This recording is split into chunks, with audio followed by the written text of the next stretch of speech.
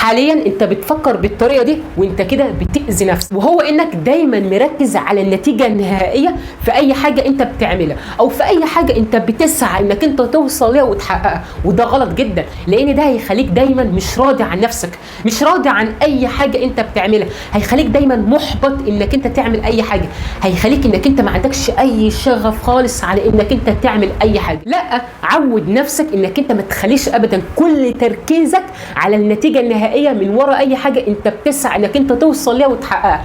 خلي تركيزك على سعيك، على مجهودك وتعبك اللي انت بتعمله علشان توصل للحاجه دي. ولما انت تعمل كده تكون راضي عن نفسك تماما، سواء ايا كانت بقى النتيجه اللي انت وصلتها، هتخليك انك انت تحس كده بشعور الانجاز، انك انت سعيت وتعبت وعملت اللي عليك. هتخليك ما تفضلش بقى تجلد نفسك وتقول ده انا فاشل، ده انا مهما بعمل برضو مش بوصل للحاجه اللي انا بسعى عليها. لا، هتخليك كده تكون راضي عن نفسك وحاسس انك انت عملت اللي عليك وبزياده، ما قصرتش في حاجه. وافتكر ان ربنا سبحانه وتعالى بيقول، وانت سمعت الايه دي كذا مره، وان ليس للانسان الا ما سعى. خد بالك ربنا سبحانه وتعالى ما قالش وان ليس للانسان الا النتيجه، لا، وان ليس للانسان الا ما سعى. السعي ربنا سبحانه وتعالى هيديك على سعيك وعلى تعبك وعلى مجهود اللي انت بتعمله علشان توصل للحاجه دي. تاني طريقه تفكير بتاذي بيها نفسك، ساعات كتيره بتكون في حاجه في دماغك عاوز تعملها، وتكون عندك فكره حلوه قوي في دماغك تعمل بيها الحاجه دي، بس المشكله انك انت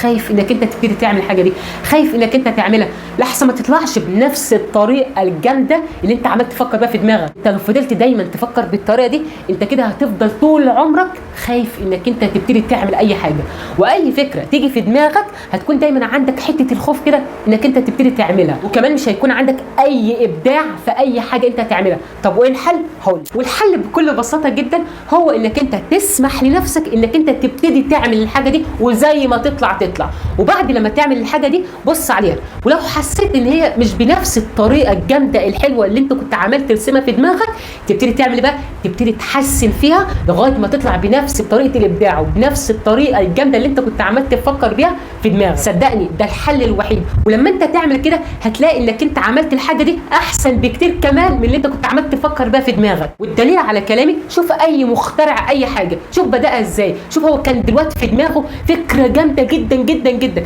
هل هو بقى كسل ان هو يعملها عشان مش هيعرف يعملها بنفس الطريقه؟ نو، لا، شوف بدأ ازاي، بدأ ان هو ابتدى سمح لنفسه ان هو يعملها، وبعد كده ابتدى يبص فيها، بعد كده بقى ابتدى يحسن لغايه ما تطلع بنفس الطريقه اللي هو عمال يفكر فيها. وبس كده. واخر حاجه، زي ما انت عارف طبعا انا عموره اللايف كوتش بتاعك.